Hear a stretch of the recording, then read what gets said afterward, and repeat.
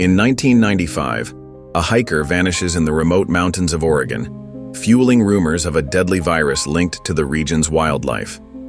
During a hunting trip in the area, young Blake Lovell and his stern father Grady spot a mysterious humanoid creature lurking in the forest. They take cover in an elevated hunting blind, terrified. 30 years later, Blake lives in San Francisco with his daughter Ginger and his workaholic wife Charlotte.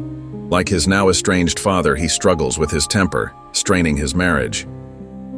One day he receives a death certificate for Grady, who had gone missing years ago, along with the keys to his childhood home. Hoping to mend his relationship with Charlotte, he suggests a family trip to the house.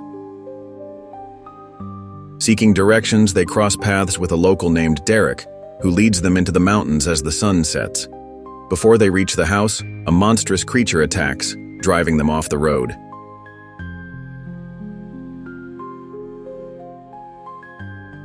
It scratches Blake's arm and drags Derek away.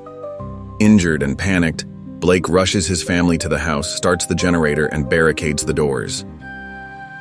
As the night unfolds, his wound festers and strange symptoms emerge: fever, tooth loss, heightened sensitivity to sound. When he presses his ear against the door to listen for the creature, it suddenly grabs his foot through the pet door. Charlotte fends it off with a hammer, but Blake's condition worsens. His motor functions deteriorate, his speech slurs, and his hair and nails fall out. Claws and fangs take their place. Desperate to ease the agony in his arm, he gnaws at it like a rabid animal, horrifying Charlotte.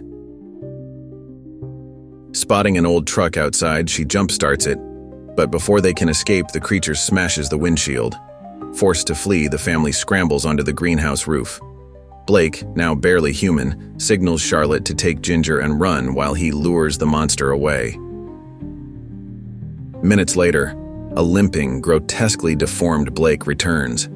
He vomits a severed finger and approaches his wife and daughter with a menacing stare.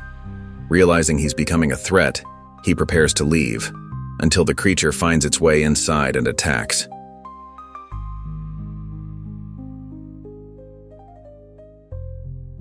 In a violent struggle, Blake turns on the beast, biting its throat and killing it.